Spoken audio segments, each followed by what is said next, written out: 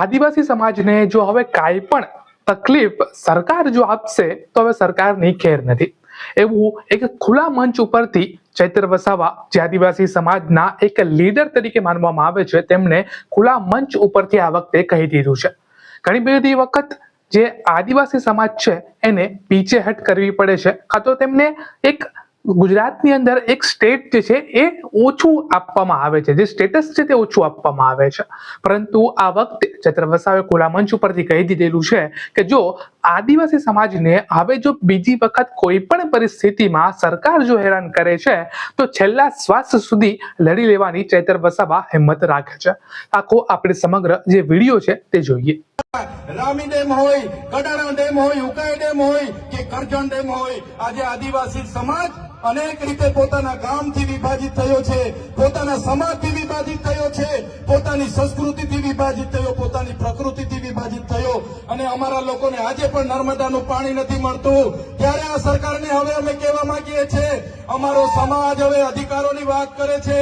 અમારા અધિકારો તમે અમને આપો. સંવિધાનમાં જે અમને પ્રાવધાન છે, અમારી અનામત તમે અમને આપો. અમારી જમીનો તમે પ્રોજેક્ટના નામે છીનવવાની વાત કરો છો. ત્યારે આ મંચ પરથી કહેવા માંગીએ છે, આંબા ડુંગરમાં જે 28 ગામોને તમે વિસ્થાપિત કરવા માટેનું જે ગેજેટ બહાર પાડ્યું છે, ત્યારે આ કવાંટની ધરતી પરથી ભારતીય જનતા પાર્ટીના તમામ નેતાઓને, એમના મુખ્યમંત્રીને, એમના નાયબ મુખ્યમંત્રીને આ મંચ પરથી કહેવા માંગુ છું, અમારા આંબા ડુંગર વાળાના એક પણ લોકોને તમે છંછેડશો તે દિવસે આંબા ડુંગરના લોકો માટે અમે અમારું ધન આપી દેવા માટે પણ તૈયાર છે. છેલ્લા શ્વાસ સુધી અમે લડીશું.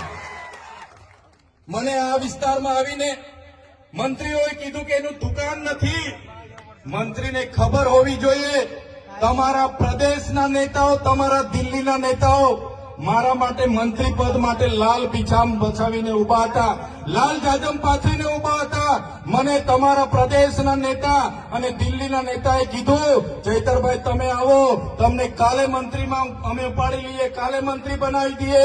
પણ આ ચૈતરભાઈ વસાવા મંત્રી તંત્રી મુખ્યમંત્રી માટે નથી, અમારા આદિવાસીઓ માટે લડવાવાળા નેતા છે. ત્યારે શું તમે દુકાનની વાત કરો છો? શું તમે ઉધારની વાત કરો છો? તમારી દુકાન છે તમે ઉધારની વાત કરો છો. તમારી દુકાન છે તો તમારી દુકાનમાં અમારા લોકોના જે જાતિના, અમારા ઓરિજિનલ રાઠવાઓને આજે જાતિના પ્રમાણપત્રની તકલીફો પડે છે. તમે એમના પર 15 જાતના પુરાવા માંગો છો. આજે અમારા યુવાનો પોલીસની ભરતીમાં જાય છે, એમને કટઅપ 40 લઘુત્તમ માર્ક લાવવાની તમે પરિપત્ર બહાર પાડ્યો છે. જે ઉચ્ચ અભ્યાસ કરે છે એવા વિદ્યાર્થીઓ માટે તમે પોસ્ટ મેટ્રિક શિષ્યવૃત્તિ બંધ કરી છે. ત્યારે તમારું સરકારમાં કઈ ઉપજતું નથી અને તમે કવાંટમાં આવીને તમારી દુકાનની વાત કરો છો. આ એ ચૈતર વસાવા છે. આદિવાસી વિદ્યાર્થીઓને જે ઉચ્ચ અભ્યાસ કરે એમને પોસ્ટ મેટ્રિક શિષ્યવૃત્તિ સરકારે બંધ કરી હતી. એ સરકારને ઝુકાવીને 460 કરોડ રૂપિયા અપાવવાની ફરજ પાડી એ ચૈતર વસાવા છે. તમારા જેવા માય કાંગલા નથી.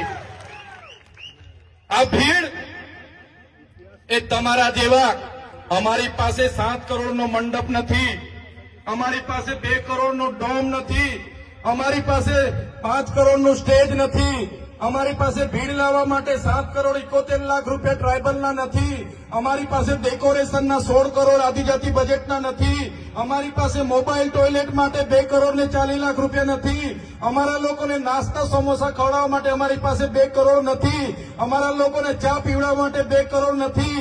અમારા લોકો આ સ્વયંભૂ અહીંયા આવેલા છે. આ લોકો કોઈ દારૂ ચિકન માટે આવ્યા નથી, આ લોકો કોઈ પૈસા પાઇસા માટે આવ્યા નથી. આ લોકો સ્વયંભૂ આવેલા છે અને એ લોકોની આત્મા આજે જાગી ગયેલી છે. ત્યારે તમે બધાને પણ વિનંતી કરું છું, તમારી આત્મા આજે જાગી છે, બીજા 10 જણની પણ આત્મા જગાડો અને આવનારા દિવસોમાં છોટાઉદેપુરમાંથી ભારતીય જનતા પાર્ટી હોય કે કોંગ્રેસ હોય એમના સુપડા સાફ તમે કરી દો. આઝાદીના 50 વર્ષ કોંગ્રેસનું શાસન હતું.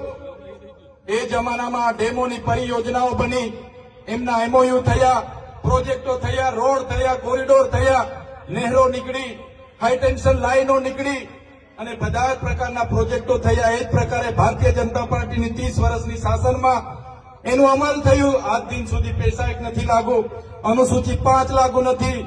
આપણને જે આર્ટિકલ 230, આર્ટિકલ 330, 332 અંતર્ગત શૈક્ષણિક અને રાજકીય અનામત મળ્યું છે એને પણ આજે છીનવવાની વાત છે. આપણા તમામ 73 એના અધિકારો છીનવવાની વાત છે. પૈસા એક અંતર્ગત ગામ સભાના પાવરો છીનવવાની વાત છે. ત્યારે આજે મારા વડીલોને, મારી માતાઓને, મારા યુવાન સાથીઓને હું આહ્વાન કરવા માટે આવ્યો છું. આજે મંચ પર બેઠેલા તમામ સરપંચો, અમારા તમામ પદાધિકારીઓ તમારા માટે લડવા માટે તૈયાર છે. આ ચૈતર વસાવા તમારા માટે છેલ્લા શ્વાસ સુધી લડવા તૈયાર છે. પણ મારા વડીલો, મારી માતાઓ, મારા યુવાન સાથીઓ, તમને હું વિનંતી કરવા માટે આવ્યો છું કે હવે તમે તૈયાર થઈ જાઓ. આ લોકોના જૂઠા વાયદાઓમાં નથી આવવાનું. આપણી અસ્મિતા બચે, આપણી સંસ્કૃતિ બચે, આપણી જમીન બચે, એ માટે આપણે બધાએ તૈયાર થઈને હવે આવનારી ચૂંટણીમાં ઈંટનો જવાબ પદ્ધતિ આપી દેવા માટે તમારે તૈયાર રહેવું પડશે. અહીંયા મંત્રી આવ્યા હતા 3 દિવસ પહેલા. એમણે કીધું એવો તો કોઈ પ્રોજેક્ટ આંબા ડુંગરનો નથી, એવો તો કોઈ પ્રોજેક્ટ હાઇડ્રો પાવરનો નથી. ત્યારે સાથીઓ, એ મંત્રીની જેમ હું હવામાં વાત કરવા નથી આવ્યો. એ મંત્રીને હું કહેવા માટે આવ્યો છું.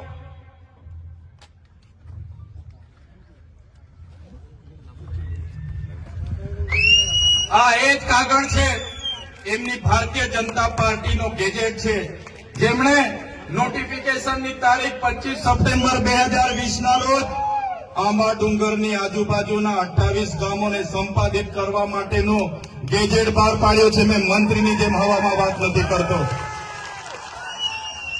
અને સાથે જ મંત્રીને કહેવા માંગુ છું, તમારા જેવા અમે પાર્ટીના ગુલામ નથી. અમે આ સમાજ છે તો અમે ચૂંટાઈને જે ધારાસભ્ય બન્યા છે.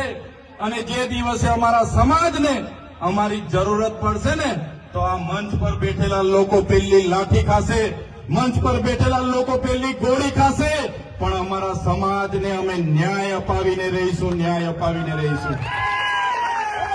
જે પ્રકારે પાડળિયામાં આદિવાસી સમાજના 12 ગામ ઉઠાડવા માટે પોલીસ અને જંગલ ખાતું ગયું અને ત્યાંના અમારા આગેવાનો એક થયા અને પાડળિયાના લોકોએ આદિવાસીનો પરચો બતાવ્યો, એ જ પ્રમાણે આવનારા દિવસોમાં જો અમારા આંબા ડુંગર અને આજુબાજુના 28 ગામ અને અમારા હાઇડ્રો પ્રોજેક્ટના નસવાડીના ગામના લોકોને જો પ્રશાસન હેરાન પરેશાન કરવા વાળા આવશે તો સમજી લો પાડલિયાવાડી અમે કવાંટમાં પણ કરીશું. પાડલિયાવાડી કવાંટમાં પણ થશે. જે જંગલ ખાતાને પોલીસના માથા તૂટ્યા હતા, એ જ પ્રકારે આવનારા દિવસોમાં અમારા એક પણ આદિવાસી ખેડૂતને અહીંયા ખોટી રીતે હેરાન કર્યો છે તો તમારા પણ અમે અહીંયા ભૂક્કા બોલાવી દઈશું.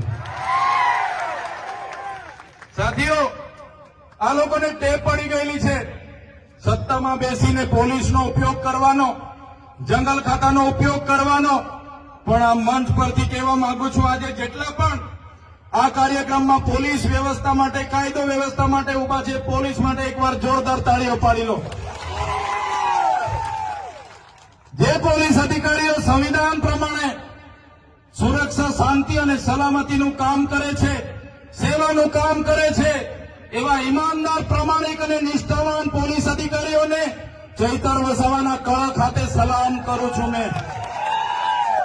પણ એ પોલીસ અધિકારીઓને પણ કહેવા માંગુ છું, જે ભ્રષ્ટાચારી છે, જે સાંસદ, ધારાસભ્ય, એમના મંત્રી તંત્ર, એમના ભાજપના નેતાઓના ઇશારે અમારા લોકોને હેરાન પરેશાન કરવાનું કામ કરે છે, એસી ચેમ્બરમાં બેઠેલા એસપીના ઇશારે, આઈજીના ઇશારે અહીંયા ખોટી રીતે દંડો ઉઘરાવે છે, રેડ પાડે છે, એ પોલીસ અધિકારીઓને પણ કહેવા માંગુ છું, અમારા લોકોને હેરાન પરેશાન કરવાનું છોડી દેજો, બંધ કરી દેજો.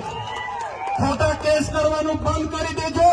નહીં તો જે દિવસે અમે રોડ પર ઉતરીશું ને, તે દિવસે તમારા બધા જ પોલીસ અધિકારીઓ જે એસી ચેમ્બરમાં બેસીને આદેશો કરે છે, એમના પણ અમે હિસાબ કિતાબ કરી દઈશું. સાથે જંગલ ખાતું, આ આદિ અનાદિકાળથી અમારો સમાજ આ જંગલમાં વસનારો છે. આદિવાસી એટલે આદિ અનાદિકાળથી વસનારો આદિવાસી. અને આદિવાસીએ આ જંગલો સાચવ્યા છે. આદિવાસીને દાંતણની જરૂર હોય તો દાંતણ ભાંગી લાવે, દાંડીની જરૂર હોય તો દાંડી તોડી લાવે, આદિવાસીને ફળની જરૂર હોય, પાંદડાની જરૂર હોય, ઘર માટેની લાકડાની જરૂર હોય, બળતણની જરૂર હોય, એટલું જ લાકડું લાવે અને આખું જંગલ અમારા આદિવાસી લોકોએ સાચવેલું છે. આ બહારથી આવેલા જંગલ ખાતાના લોકોને કહેવા માંગુ છું, તમારું જંગલ ખાતું 1927માં બન્યું છે. અમારો આદિવાસી આદિ અનાદિકાળથી હજારો વર્ષથી અહીંયા રહે છે. તમારું જંગલ ખાતું 1927માં બન્યું છે. અમારા લોકોને જંગલ બચાવવાના નામે ખોટી રીતના હેરાન કરશો, પરેશાન કરશો તો તે દિવસે અમે હકના નથી રહેવાના. અને તે દિવસે જો અમે રોડ પર ઉતરીશું તો તમારા જંગલ ખાતા પણ અહીંયા નજરે નથી પડવાના.